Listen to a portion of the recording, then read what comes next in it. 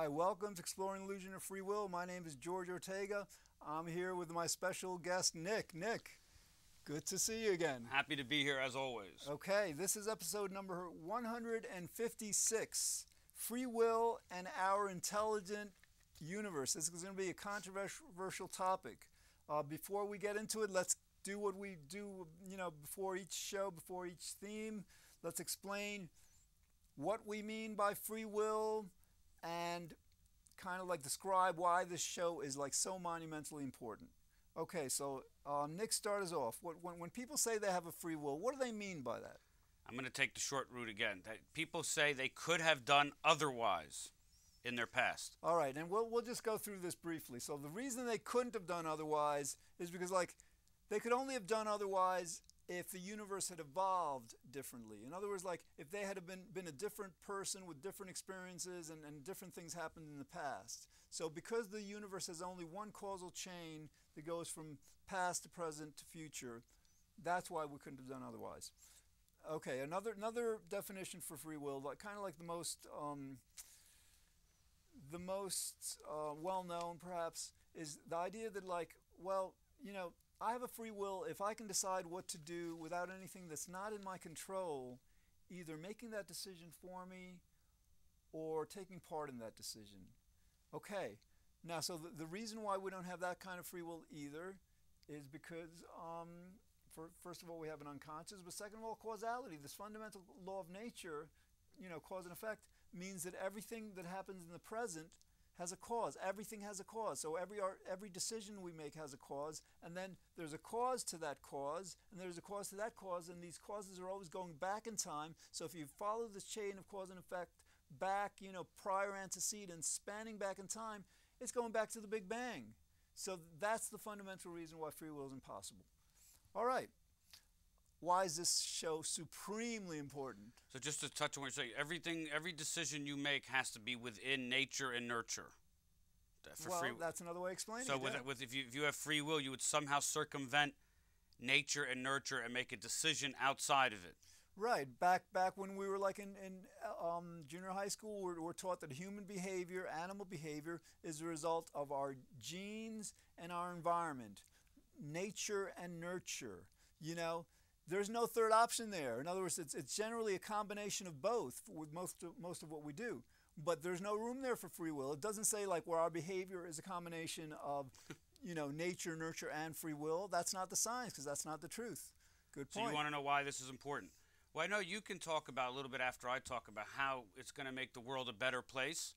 But I like to stick to the topic of it's just the truth. So whether or not it's better or worse, I obviously think it's better. Doesn't really matter or enter into my mindset, because I think the people want the truth, and the truth will sell itself just because it is the truth. So it doesn't really matter if it makes society better or worse or quote unquote whatever, but I think the truth sells, and people need to hear about living a life in a lie or something that doesn't make any sense and it's not reality can't but screw up mankind because it's not correct. Right. Okay. And then one of the primary reasons why people believe in free will, and this is why, the truth is important, but what this belief We're talking about why does. It's important. No, I know. What this belief does is very important to people. In other words, a lot of people refuse to believe that they don't have a free will because they conclude, well, if I don't have a free will, life has no meaning. That's right. There's no fundamental justice. I mean, society would collapse because, everybody'd say, well, you can't blame me, But all right, first of all, to answer that. So in other words, so in addition to the truth, to the extent that our world overcomes the belief in free will, we will still continue to have our laws and our rules and our morality and all, but it'll be much more compassionate, much more intelligent. In other words, now, if somebody does something really wrong, we'll hate them. What's this business with if the whole them. world gets it, that everyone's going to just start committing crimes and doing whatever? I don't see that. No, let's not go there. But I don't even know the connection. Let's not go. No, because some people still responsible. Some people say that, well, if I don't have a free will, you can't blame me for anything I've done. You're right. So you're blamelessly responsible. Right. Well, that's what people don't understand. That's why we have to explain it to them. So in other words, the thing is that pragmatic responsibility doesn't disappear. Right. But the hatred and the vindictiveness, And the punishments. the punishments, the vindictive punishments that go along with this free will belief would vanish. Okay, yeah, we might still have to reward and punish people, according to, let's say, operant conditioning in psychology, reward and punishment, but it would be much kinder, much more compassionate, much more understanding, and much more intelligent. Okay, so it'd be a much better world to the extent we get this right. All right, so let's go through now. Can you just tell the world real quick why you believe some people just can't get this?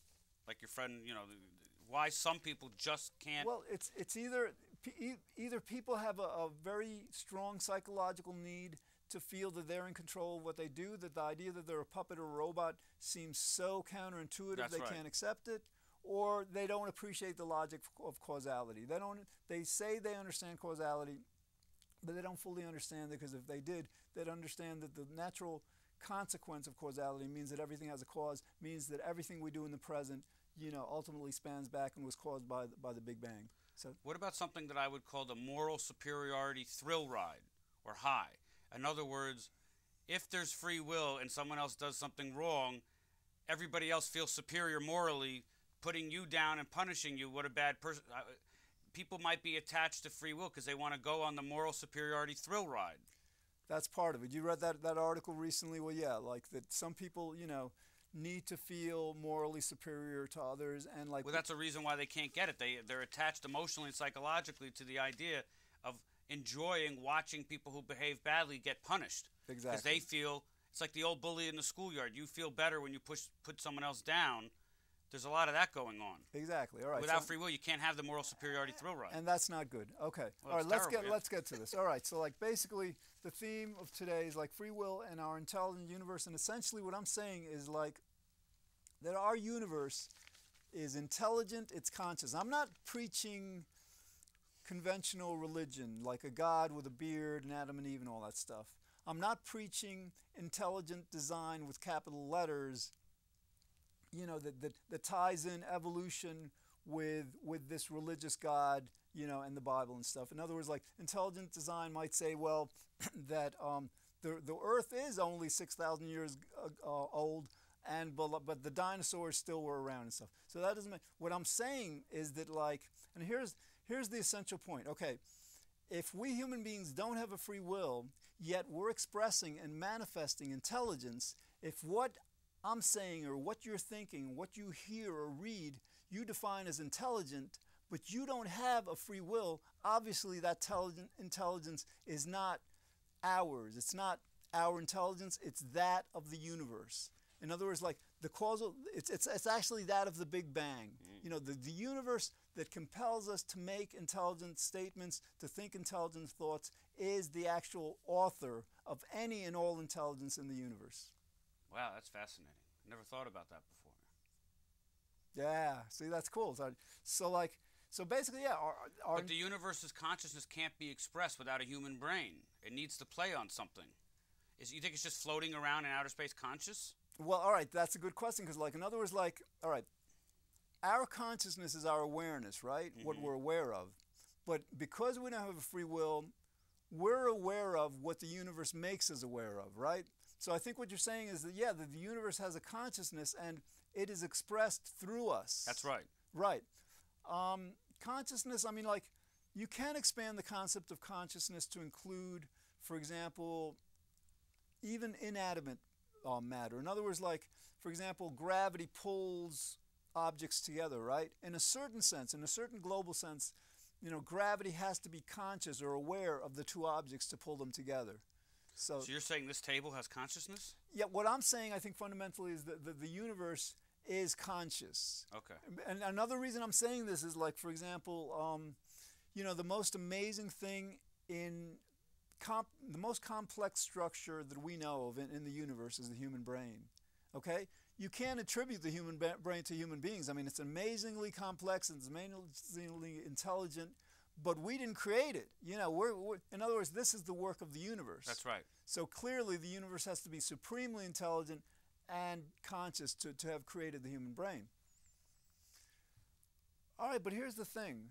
Then we get to the question. So all right, I think so if you understand that the universe is intelligent and conscious, then I'm hoping that the audience does. But then, like, all right, then this kind of like poses questions. It raises questions. Why would the universe, this intelligent entity that created the human brain and is responsible for every intelligent thought humans have ever had, why would the universe compel us, make us all believe that we have a free will when the truth is we don't? Well, the question is, at what time period of human evolution? I mean, everything has its time. They used to say the world was flat. Women, couldn't vote. There was slavery. There was all kinds of horrible things that we've evolved out of. And like you said, Copernicus and Galileo and your other show, I mean, Darwin, things have their time. So you want to know why the universe is taking this long to have us on the show telling New Yorkers and everyone?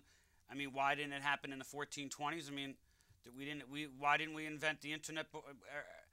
I mean, we found each other through the internet. It's all a question of timing. So why did the universe allow this year for the No Free Will show to come on cable access? I'm asking more than that. Imagine. Why did we get compelled for thousands of years to believe we have free will? Well, why was anything not invented until it was invented? Imagine you are the Big Bang, you're the universe, you're God, whatever, okay? It's up to you what happens, right? Because that's presumably, I mean, at a certain point, because this causal regression, cause and effect never stops going backwards. So at a certain point, this whole topic transcends logic in terms of, at least, not that we don't have a free will, that's logical, but the fact that, like, who or what can we attribute to everything? But let's say you're that entity, that being, okay? It's not a question of when you will kind of like make people aware that nothing is up to them. It's a question of like, why in the first place did you compel them to believe things were up to them when the fact is that absolutely nothing is? Again, it's a question of timing. We're evolving consciously moment by moment. So I think things are discovered, not invented. It was always there. We're just discovering it now because of our evolution of timing, of becoming smarter and more conscious of how we had to invent boats and farming and wheels and electricity. So everything was there. We just had to discover it, and you're missing the whole point of time. But cause and effect times time creates change. You got to realize cause and effect parentheses times time equals change. So why wasn't it all invented right at the Big Bang? Because the universe needed to expand and time needed to go by. What I'm asking... That's like saying something we invent 100 years from now, like flying cars, an anti-gravity machine. Why don't we just invent that now? What I'm asking Why not? No, what I'm asking, Nick, is beyond that. In other words, basically you're saying that, like, it's just part of the evolution that we discover that we don't have free will now rather than whatever. I'm asking, because, like, before... before that, the universe made us believe that we did have a free will, and that was a mistake. So, like, my question is, fundamentally, why would the universe make us believe something that is completely Because the universe always wrong? adheres to the pleasure principle and the hedonic imperative. So, back in the caveman times or whenever, you were telling me there was a period of time where they didn't believe in free will. Then it converted somehow, right? It came up in like 380 BC with what's his name? Well, yeah, the Greeks tended to believe in the fates, but some people believed that everything was destined. A lot of people believed in free will. But there's one overriding principle in the universe, which is the hedonic imperative, otherwise known as the pleasure principle, where humans always go towards pleasure and away from pain. So throughout human history, that shifted on how you accomplish that. So there was a period of time where not believing in free will was the better way to go, and then believing in free will, you said it was a way to have the church get people to do good things and get to have, the whole fairy tale of... So it's a question of the pleasure principle being manifested in different ways, all right, but, consciously. But again, consider this from the most fundamental standpoint. You're the Big Bang. You're the creator of everything. Could you not have created a causal history that it was pleasurable right from the get-go to not believe in it? Exactly. I'm not the universe. I don't know why it did it this way. Of course, and that's why we're asking. In other words, and here's the surreal part of this. Like you're asking, I'm asking. It's actually the universe asking itself. Now, maybe the universe knows. I would assume it knows, but it doesn't allow us in on this knowledge. But essentially, the universe is asking the question because, like, we don't have a free will. This question we're asking is not up to us. It didn't want human beings to know there was no free will until around now, for the same reason it didn't want human beings to know how to have email about 15 years ago. It's just like any other invention. It was not invented, it was discovered. In other words, everything in creation was always there. We just have to discover it. Yeah, but email... And the Big Bang is expanding out, right? Email's a little different because email, we didn't, mistakenly believe there wasn't email before there was email. All right, fine, that the Earth was flat. Right, exactly. So, why would it do that? Exactly, that's my point. And even more fundamental, now we're getting to the fundamental essence of reality. Wait, so why would forget free will for a second? Why would the universe have mankind believe the world was flat for thousands of years until Columbus? My question, yes, and why? My answer is that I don't know. That's why I'm asking the question. In other words, the universe gets us to believe things that aren't true, and all right. With the topic of free will, it's kind of it's interesting to kind of figure it out, right?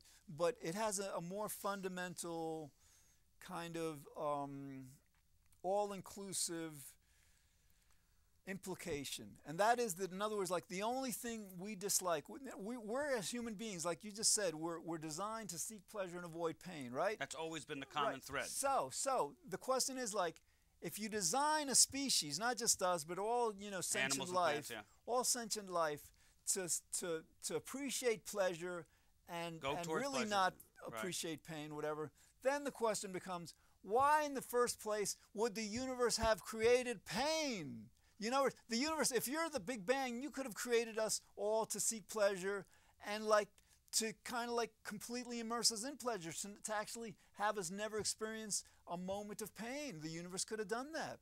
Right, but this show is about exploring the illusion of free will, Keith. And you want me and you to hypothesize and theorize about the mind of the universe or the Big Bang, which is really God. We cannot ever figure out that. Who cares? I just want to know and tell the world why anybody would believe in free will and change their mind and get this thing going get some traction in humanity going in the future, which is you and I causing, because everything is a cause, the audience, to start talking about free will versus no free will and getting traction into the right direction. I'm not interested in getting traction into a discussion about what the mind of the universe was at the Big Bang and why it took so long to have this show.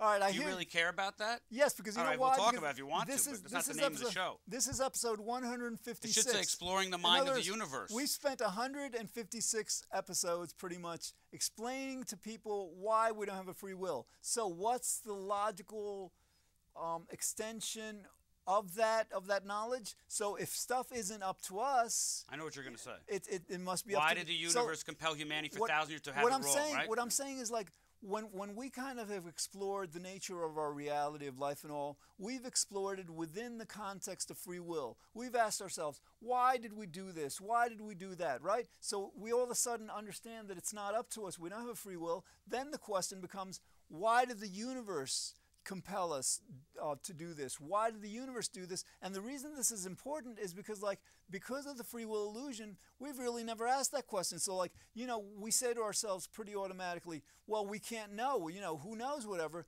But again, the reason there may be answers to these questions, but we've been so distracted. We've been so distracted by attributing what happens to us human beings that we have not yet asked the fundamental questions of why reality is the way it is. What if the universe told me that everything happened the way it did so you and I could become the world's most famous people? Well, because if we always knew there was no free will, you wouldn't have started the meetup, you wouldn't have met me, we wouldn't be doing this show, and clearly this is the right way to go. So you and I and Sam Harris and everyone will be famous. So the reason why the universe did not compel all of mankind to already know this is because, especially you, wanted you to be the world's most famous person. That's clearly what it is. No, that's absurd. You know why? Because why is it absurd? That's what's that going on wouldn't be here. a good reason. Because first of all, I don't need that distinction. Well, I don't want it either, but that's what's happening. No, because the idea, for the universe to have done that would be incredibly insensitive. In other words, you know how much pain and suffering this delusion of free will has caused people. Blaming and hating each other and all. So for the universe to compel humanity for eons or centuries, generations, to get it wrong, just so we could have the pleasure of doing the greatest thing ever. That doesn't seem like a very good thing to do. Well, what else could it be? Well, that's why I'm asking. I mean, we haven't asked this question before, and always go back to the hedonic imperative, the pleasure principle. The universe works on that one principle So it was getting more pleasure, or was the universe getting pleasure, or mankind getting more pleasure to not believing in free will for thousands of years? Then you said they did believe in free will, then they didn't, and now they do. But now I think that mankind is going to be getting more pleasure without believing in free will, because if you take the mindset, if you do that to get this and it doesn't work, you're not going to have pleasure. In other words, under the free will model, you're going to do this to get that model. It doesn't work, so you're going to be frustrated. Right, but depressed and homicidal. I'm asking the more fundamental question of why the universe created pain in the first place. It could have created sentient beings. In other words, like, some people say, well, you can't have pleasure without pain. Fine, but like, for example, out in outer space, it's completely dark and like unbelievably cold, right? That exists. Okay. Yes, that exists, but that doesn't mean we human beings have to be a part of it. We've never experienced that. That doesn't mean we don't experience 70 degrees weather and a nice, sunny days and stuff. So in other words, like, the universe could have evolved in a way where, yes, pain exists, but somewhere way out in, somewhere else where it doesn't affect human beings. Mm-hmm. Now, you raised an interesting question. I did. Ordinarily we think that, well, yes, we human beings are hardwired to seek pleasure and avoid pain. Does that apply to the universe? Is the universe also hardwired to seek pleasure and avoid pain? I would imagine so, because it's the number one rule of everything, going towards pleasure and away from pain. Well, I mean, again... So the universe was getting some pleasure out of watching all these human beings have the wrong mindset that they all believe in free will. Maybe the universe finds it giggly and they laugh, and the consciousness they think it's funny. But now we're up to speed now, so I don't know. All right, here's one of the implications, and we got to get into this. Like, one of the reasons... I just want to say, I know this is your show, but I really want to talk about the only thing that really matters in mankind. I know. Exploring the illusion. This is my show. You have your show. I know, but talking about the mind of the universe and why it took this long for us to do the show, I'm going to say I have no idea. I don't want to even discuss it. Really, and you know why you have no idea? Because you haven't thought about it before. Because, basically we're so locked into this, even those of us who understand there's no free will, we're still locked into the perspective that everything is up to us or whatever, So you're saying when everyone really internalizes there's no free will, it'll lead to other discoveries. It'll lead to the question of, why did the universe make us do what we do? Why did the universe mislead us in the question of free will and whether the earth is flat or not? Yeah, because that's the essential question. It's not up to us. In the past, people have said, why did human beings do this or think that? That question no longer applies. Now the question is why did the universe make human beings do this and that? Okay, at the 4-minute mark, we promised to do commercial. Absolutely. Okay, let's do this. That's very interesting, actually. Now that I think about it, because if there's no free will, then we could learn other discoveries with the right paradigm, which would be, why did the universe dupe us for so long? Yeah. What would be the point of that? I know. All right, so now we have 4 minutes, and here's the thing. We've done this 156 episodes, 3 years now. This needs to take the next step. Basically, what has to happen now is, if you know somebody who makes major feature film documentaries, theatrical release, so be seen all over the world, get them to produce this movie. This movie will make easily $100 million. Think about it, theaters all over the world. People understanding the first time in human history, being explained why absolutely nothing is up to them. Well, this movie would open the doorway to the debate of no free will. It could cause a culture war, but people love controversy. People love debates. And I think a Hollywood, well, actually Wall Street too, we need the money, but Hollywood loves to do things that what they call relatability. Most movies that do well, it's a family in the suburbs. If you're married with kids, it's funny because you relate to it, or it touches a nerve in some, part of society.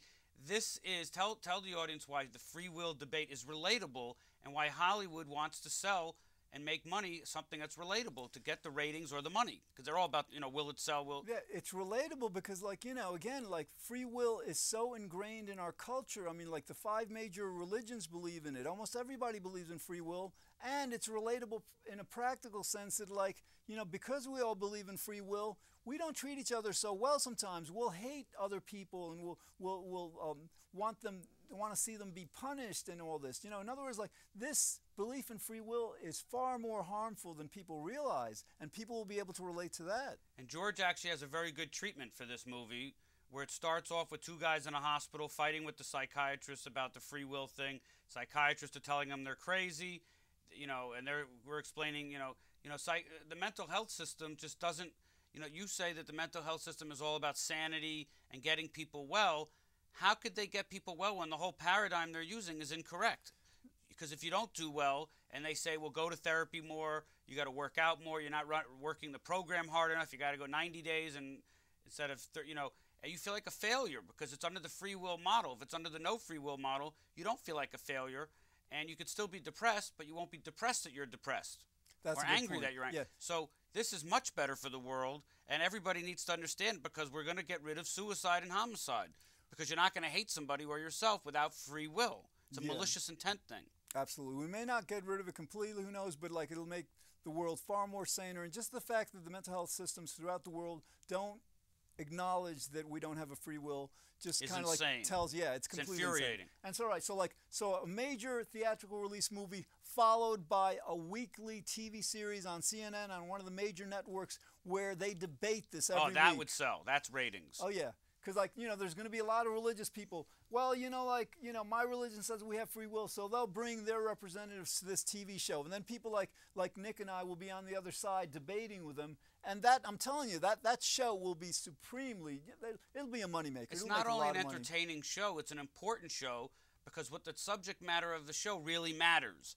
You're not debating, what happened to that Malaysian airplane. I mean, I know that matters, but when you're talking about do we have free will or not, that's the umbrella over the Malaysian airplane thing. That's the thing, that's the unconsciousness that encompasses the whole earth. That is important. I mean, instead of watching, no offense, stupid shows about this, that, or comedies, Big Bang Theory, or American Idol, this is a show of free will versus no free will debate show, or a movie that actually matters, because it touches everything we do in life. All right, we got like 11 seconds.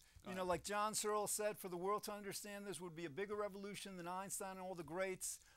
We'll be back to explain this until you get it. Thanks for watching.